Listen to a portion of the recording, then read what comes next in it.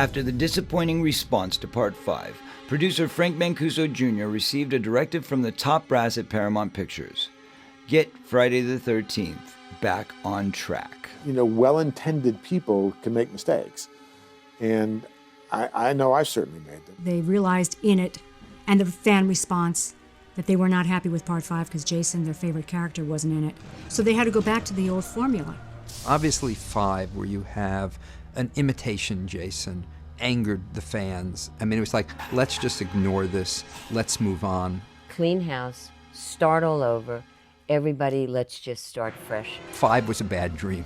So it was important to me that Jason come back in a very spectacular, fun way. You know, we needed somebody who would sort of embrace that kind of theatricality and infuse the rest of the movie with that. Enter Tom McLoughlin, who began his career in comedy and as a professional mime. During an initial meeting with Mancuso, the up-and-coming writer-director pitched an idea that everyone hoped would breathe new life and bring a bit of levity into Friday the 13th. I came to the attention of Frank Mancuso because of the movie I made, One Dark Night. I was not particularly interested in doing a Friday sequel because as far as I was concerned, it kind of run out of steam. Damn enchiladas! The idea was still kind of challenging to me at the same time, so I said, well, let me see, all the Fridays. And I went to Paramount and sat in a screening room and watched them all back to back.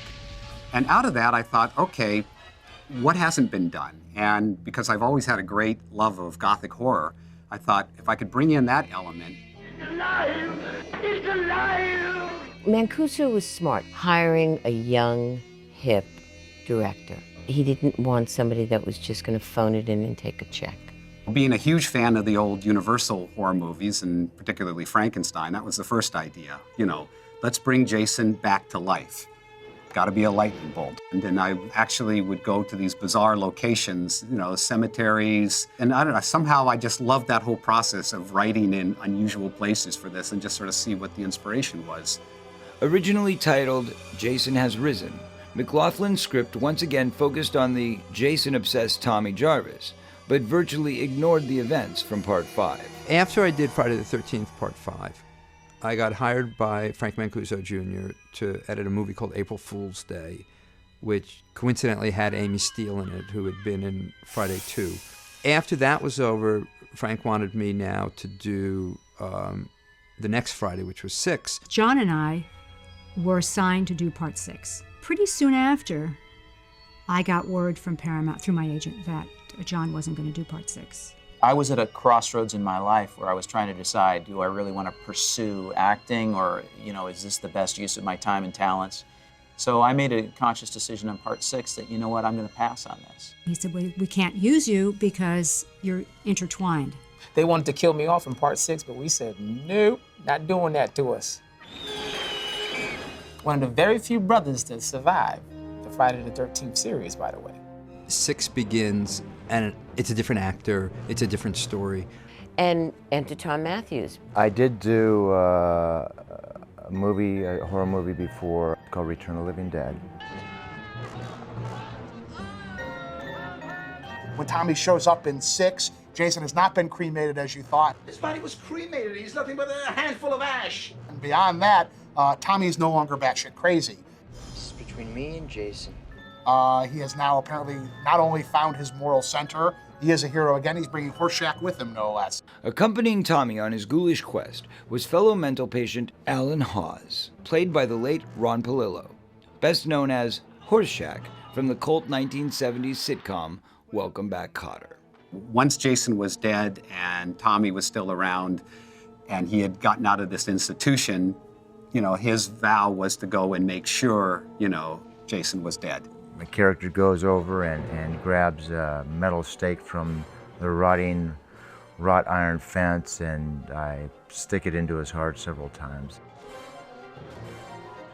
Oh, shit.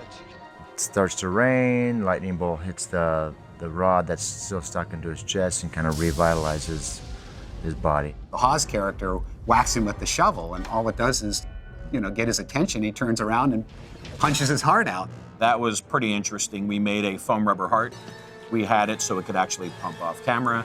and there were tubes running in that the guys on set had the blood squirting out of it. That also to me was important because, you know, we've given him this power with a lightning bolt. He should be pretty damn, you know, unstoppable that way. One of the exciting things for me on Friday the 13th Part 6 was the creation of Jason's mask. And we wanted it to really look the same, but we still had to customize it to our actor, which was C.J. Graham in this. Once he turns around after taking Horshack's heart out and puts that hockey mask back on, that was the last time you'll see me with my face exposed. After that, the inside of the prosthetics became pretty simple. But the people, real effects, they did a great job. He had to be this unstoppable force, and nobody was listening to Tommy, that he brought him back to life. You're gonna be sorry you didn't listen to me. You're gonna be sorry if you don't shut up. It did create a new rule, which I thought was cool, only because, you know, how do you kill something that's already dead? From the opening moments of McLaughlin's gothic, tongue-in-cheek horror film, fans were aware that they were in for a very different Friday.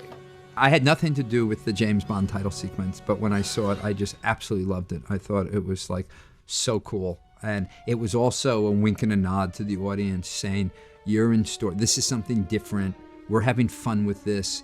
Does he think I'm a farthead?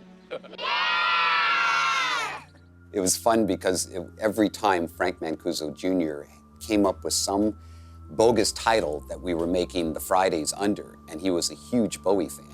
So every movie had some Bowie song as the title. Part 3 was Crystal Japan, and Part 5 was Repetition, and we had the one which I thought was the best, Aladdin Sane. To play Megan Garris, the spunky sheriff's daughter, McLaughlin chose Jennifer Cook, who had recently starred in the science fiction television series V. Jennifer Cook was picked for 2 reasons. One, the Friday girl always seemed to have to be blonde, and I think that was Frank Mancuso's desire to kind of carry on the Hitchcock tradition of the blonde. In my particular choice, I wanted her to have a very kind of 30s, 40s snappy attitude. Tommy Jarvis is a very sick boy. Oh, how do you know, Dad? What'd you do, take his temperature?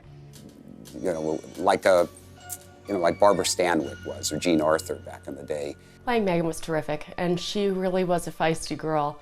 I would say, like most girls her age, she was figuring a few things out in life, like how to fall in love and how to say no to your dad. You keep forgetting, little Megan. I'm the parent, And you're the child. That's right. But when are you going to stop treating me like one? When you stop acting like one. I've been an acting coach for a long time, and actually, Jennifer had studied with me. And so we knew each other.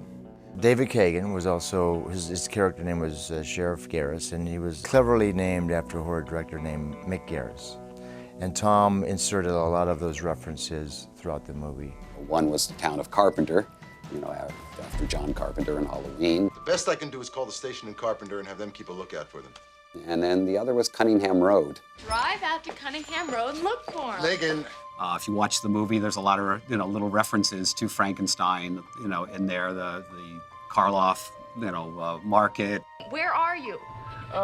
Karloff's General something. There was stuff all over that picture, just signs on walls. He had really done a great job in pulling all that together. Harry did such an amazing job with the score, because he kept the Friday score, but he had, you know, this whole Gregorian Gothic feeling to it with what he added. The score was different because the movie was different. It was probably the first one that really, to me, felt like, wow, this is turned into an actual movie. Over the years, it's come up that, you know, I was doing both a horror movie, a Friday the 13th, and also sort of doing a satirization of not so much the Friday, but, you know, the kind of slasher movies in general. The fact that the characters reference Jason, make jokes about it, I enjoyed. I thought it was a lot of fun. Because I've seen enough horror movies to know any weirdo wearing a mask is never friendly.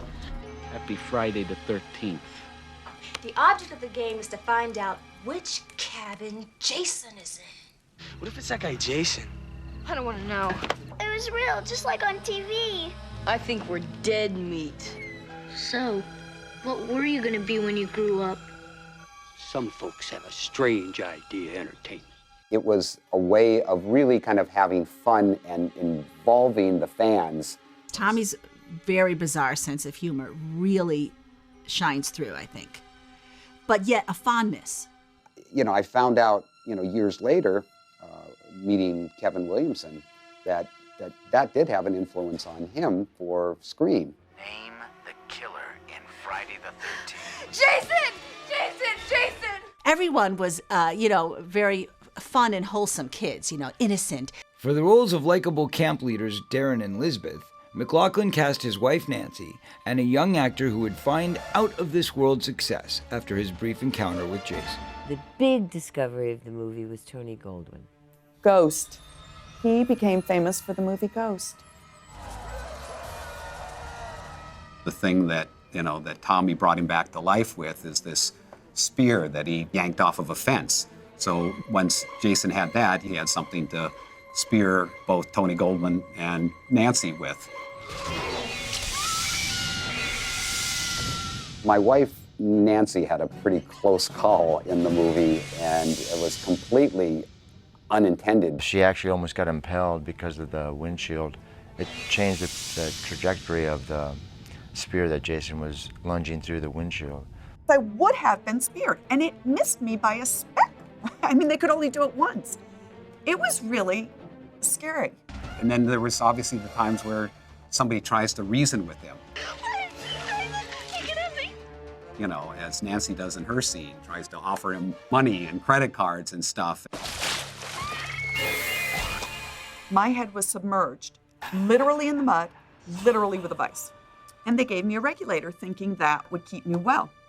Well, apparently regulators don't work in the mud, so the mud's creeping down my throat.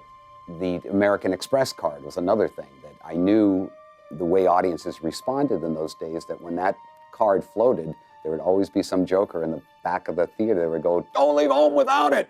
And everybody would laugh. They say that there's always a reason that Jason kills someone. What did I do? I mean, I was driving, I wasn't having sex. I mean, I was with a guy, but we were doing nothing. So it's curious as to why we were killed. I've never figured that one out. Jason has no bias. If you were in his territory, fair game. To establish a new look for Crystal Lake, now rechristened Forest Green, McLaughlin took his cast and crew to rural Georgia, where they soon discovered some interesting local pastimes. The big thing for the kids to do on Friday nights was a big parking lot, and they would just drive around in this circle and drive this loop, and that was the big thing to do at night. But it was kind of remote and sort of out of it and kind of not cozy, for lack of a better word. The camp we shot at, Daniel Morgan, actually was the site also of the movies Little Darling and Poison Ivy. 6 was a lot more fun to do than 5. I think everybody else was happy. You had Tom McLaughlin, who I think is a real director. It really was like a family. When you film something on location, you tend to get to know the cast and crew a lot better than you would if you were filming at a movie studio where you get to go home every night. It's not love, it's location, because I was the den mother, and they'd come with these huge crushes. She was great. She took care of everybody. She was mothering everyone from the beginning. Absolutely. And I'm glad she survived the movie, because that spear could have gone right through her. By a speck. I just had such fun. I mean, it's like a big improvisation with Tom's words. He was filming a film that took place in a camp, and it was like he was running a camp for wayward actors. Despite the congenial family-like atmosphere, not everyone supported the director's artistic aspirations for the film. There was a man Don Barrett, who was a little on the cheap side. The first horror film I ever worked on was Halloween 1, which nobody ever knew was going to be this big success that it was. He, certainly had a past with doing, horror movies and things, so he seemed like the right candidate. And at the time, he made me very angry because as the writer-director, you had a vision. Everything was nickel and diming, nickel and diming. I wanted a crane shot for this, or I wanted this for this. And many times I showed up on the set and it's like, where is it? It's like, oh, yeah, I forgot to tell you. We, wanted to kill him. He said, by any chance, you got to deal with Frank. Do you get a bonus for getting this picture done on time? I said, yes, I do. At the end of the day, you know, every time you have a restriction, you have to come up with something else. And lots of times you come up with something better. By the time cameras rolled in January 1986, McLaughlin had surrounded himself with a loyal crew and a likable ensemble cast, several of whom were recruited from his comedy and mime days. Tom McLaughlin wanted to cast experienced actors in the first scene that he shot in this movie because he wanted to be ahead of schedule. It was a fairly complicated scene. We were all being beheaded. I knew Tom from the LA Mime Company. He was the director of the LA Mime Company, and I was a mime in there. And when he was going to do this film, he talked to me, well, I have a part I'd like you to do. And I said, oh, great, do I get killed? He said, yes. We actually were playing paintball, and it really hurts. After I got off the great shot, I made the men put on headbands that said dead. Don't be spoil sports. Put on your headbands. A foreshadowing of things to come. One of my favorite kills in 6 was the sort of misogynist guy with the machete who has the machete and he's hacking the branches and complaining about women should, you know, stay in the kitchen. She should have stayed in the kitchen where she belongs. Women shouldn't even be allowed in these gears.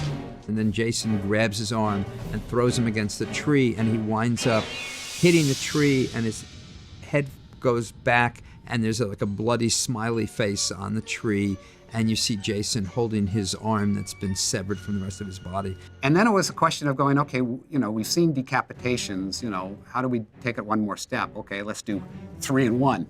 You know, so that 3 heads went at the same time. Jim Gill, who now runs Real Effects, did this really cool gag where the idea was as we passed the machete across the 3 artificial dummies, a trip mechanism would perfectly send the heads off at the right time. It was really authentic, really excellent. Then we made the legs so that they would buckle at the knees and collapse out of frame. A lot of work went into that. And the rating system made them cut that back. The head was so realistic. The eyes, I had more hair at the time. It wasn't until the first screening, about 2 minutes before that scene came on, and someone on the crew leaned forward and tapped me on the shoulder and said, by the way, the triple decapitation has been edited out because of the ratings. And I'm like, what? Just as I turned back to watch the machete go up, and I think you see the bodies crumple by frame. And I remember thinking, wow, what a shame. When he fires the paintball thing to Jason and Jason looks down, I thought that was like really, really funny. You see me running away and Jason following me with the machete, and I'm going, help, help, help. He's gonna kill me! And then they cut away. And nothing's ever said about Roy until later. Did you find Roy? And we went, yeah. And they pull out an arm and my glasses and parts of Roy. I'll order up some body bags. There were the kids, and then there was the sheriff's assistant, me, Deputy Rick Colon, and my mail order laser scope, which, you know, as you see where the movie takes place, it had to be mail order. There's not a whole lot of places to go and buy that kind of thing. Wherever the red dot goes, you bang. Trying to find a cemetery that would allow us to shoot, even though we're calling the movie Aladdin Sane, because, you know, that was the whole thing. We did not want to say we were Friday the 13th. Old Madison Cemetery, where we finally got permission, and we had one area where we could drive the truck in there 90 miles an hour over the train tracks and into there, and there was an entrance made, so it looked like the front of the cemetery. And then the rest of it was, you know, staying on the, you know, on the pass until the point where he gets tackled, and then that was a kind of a bare area. But, you know, like anything else in movies, you know, you're given permission to do something, and then you try to make the best out of, you know, what you're given. Echoing the behind-the-scenes controversies of Part 2, the original stuntman hired to play Jason was replaced during the early days of production. Originally, we had a stunt coordinator who was also playing Jason, which is Dan Bradley. We started the movie doing all the daytime sequences, all the things with the paintballers and stuff. And so all that was Dan as Jason. And Paramount, when they got the dailies, somehow, and I don't even know whose decision it was, because I was busy shooting, said that we're making a change. What do you mean? We're getting a different Jason. Why?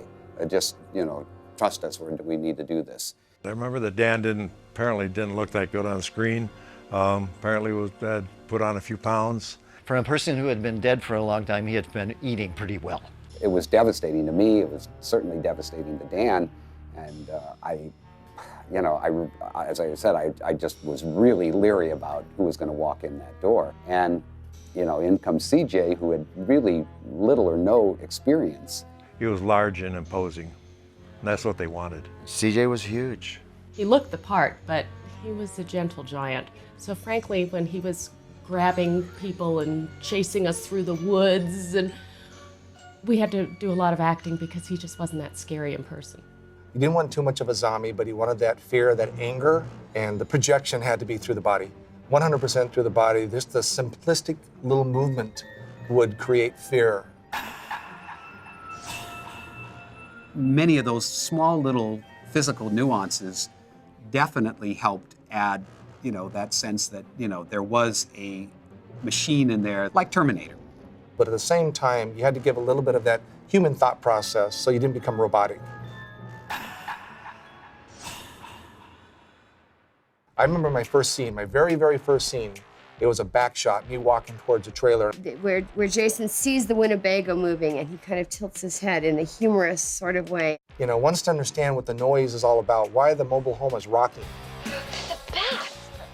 During my love scene, they had a little powwow and said, we don't have any nudity in this. So they asked me if I'd be interested in doing it topless, and the contracts had been signed, so that just didn't seem to pan out. The best part about working with all the actors and actresses that I worked for is we had a great camaraderie. They trusted me, which was a great feeling. I'm walking by the bathroom of the Winnebago, and Jason comes out of the bathroom, grabs me from behind, slams the door, and there I have this amazing fight with him. And I'm this little tiny person, and I really gave it my all and fought with him. I mean, I had to take a young lady's face and slam it into a camera lens with force. Slammed it through the wall of the Winnebago where the imprint of my face came out. And how they actually did that is they filmed it underwater. They shot it in slow-mo, pushing through this piece of plastic underwater. John Travolta's nephew, who's driving the RV, Jason comes behind him, and the way the guy's like rocking out, listening to music, and looks up and all that. Hey, Nicky, what are you doing back there? Taking a dump? And we're driving along, and up into the slamming of the knife into the side of his head, it's a real knife. I mean, and he's trusting me, and I'm wearing a hockey mask, and I'm not just taking a cheap shot of force. I'm throwing that knife towards his head. But then that iconic thing with that big crash, and then Jason on top of the RV with the fire in the background. Literally the last shot of the film, the sun was coming up. I was on my knees praying that this guy wasn't going to get killed doing this, because nobody had ever flipped an RV like that before. And I guess what I heard later is that our production manager, Don, wanted the swamp cooler that was up on top of that. He had little special deals for himself, and one of the special deals, my understanding is, he had this swamp cooler that he pulled aside. $5,000 swamp cooler. Well, apparently some people got wind of that and got a little excited. And they all marched over there and they tied it to the top of the RV. And when the thing flew and hit, the first thing to fly off was that swamp cooler, And as it exploded, the cheers that went off and the excitement over, we got him, we got him. It was worth every penny pinching moment. The car chase scenes were really fun. And I was pretty comfortable doing those because I must admit my first car when I was 16 years old was a 1970 Firebird that looked a lot like Megan's car. It's going to be a hairy turn. They were just looking for a guy to play a cop. Officer Pappas was a little vain. Come on, handsome. And I got to say one of my favorite lines. You got a description of plates? I got the whole enchilada. I've got the whole enchilada. Megan, step out of the car. End of the line. As Tommy is locked up by Sheriff Garris, Jason's primal instincts lead him back to Camp Forest Green. Yeah, one of the other sort of notorious aspects of My Friday is the only one that actually has kids at the camp. And I don't think there was anybody in fandom that wanted Jason to kill children. It just gave it to me another level of, oh my God, they going to actually show kids getting killed? Tom spent more time shooting the kids and working on their performances in a lot of ways than he did on the kills that were going on in the movie. One of the little girls in the bed, she's laying there, and all of a sudden Jason's walking down the aisle and leans down to the bed and looks closely and tilts his head looking at her, and she just starts praying that he's going to go away. I named the little girl Nancy, actually after my wife, Nancy, because she sort of represented to me that the sweet, innocent child who believes that if you're good, God's going to protect you. And there's been the other rumor, which is it was named after Nancy from Nightmare on Elm Street, who also had nightmares. But that's not true. I mean, but again, if that works, we'll take it. Jason can just about do anything as far as strength.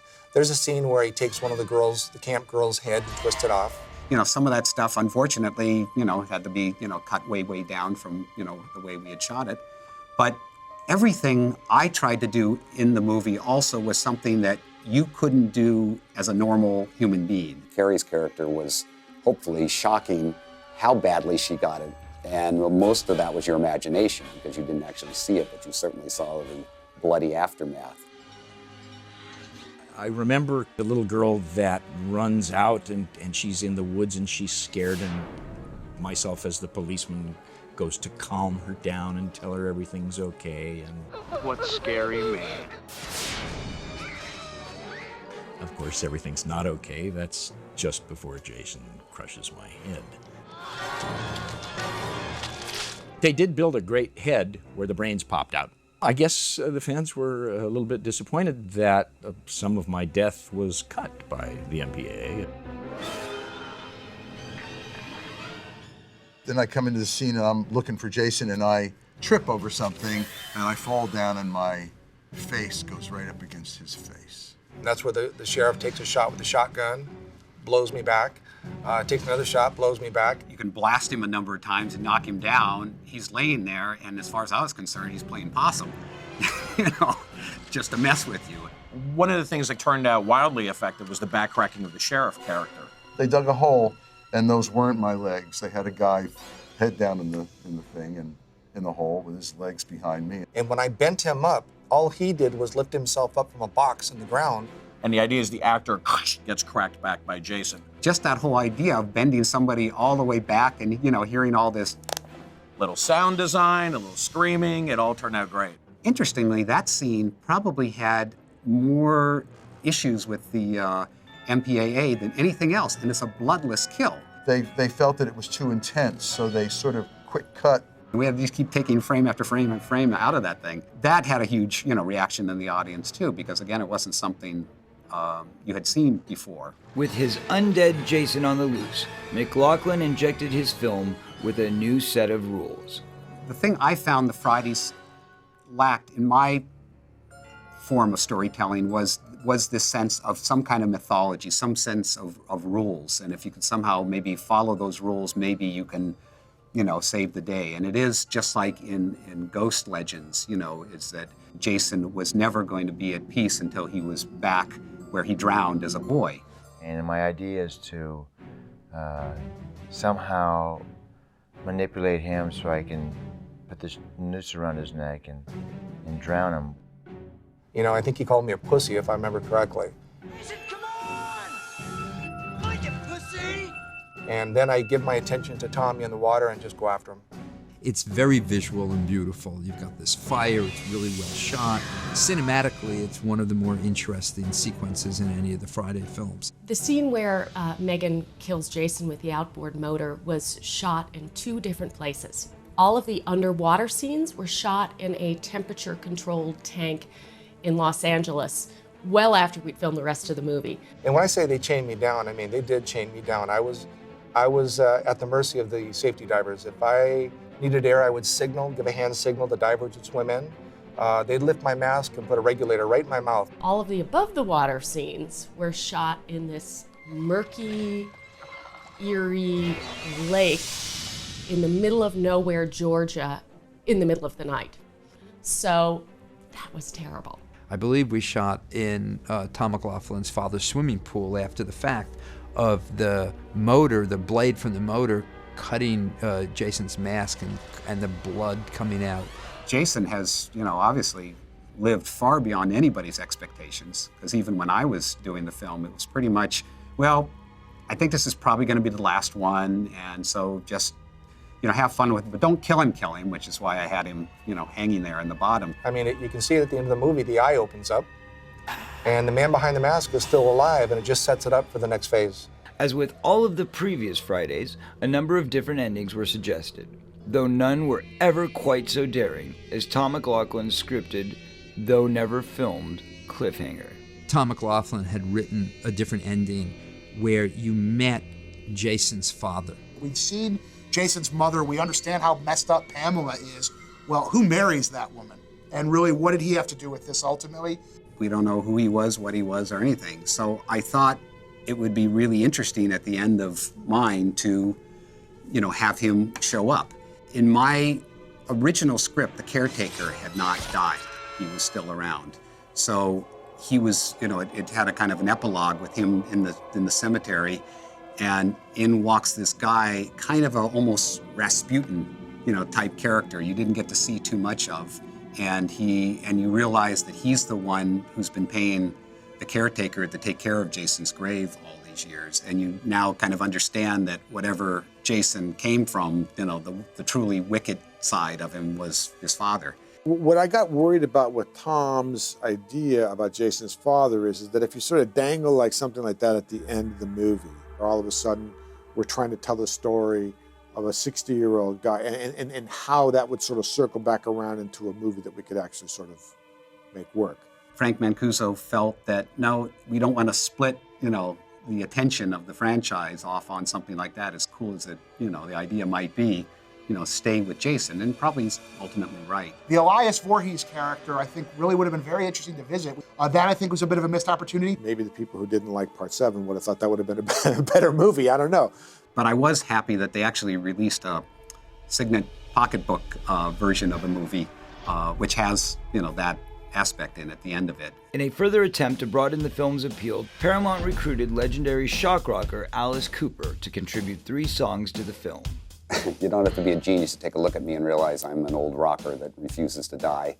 And so when all the movies, I always try to put as much rock music in as I can. The music score done by Alice Cooper was done after the fact, but it was a very cool thing. We didn't mind a little blood on stage and a little, slash here and there. And so when the slasher movies came along in the 80s, all of a sudden, we were right there. So when it came to writing for Jason, Jason's like a member of the band. They came to us and they said, could you write 2 or 3 songs for the movie? A couple of incidentals and a theme. And I went, yeah, absolutely. Alice was incredible to just kind of let us use whatever songs we wanted. And the song that he came up with was just huge.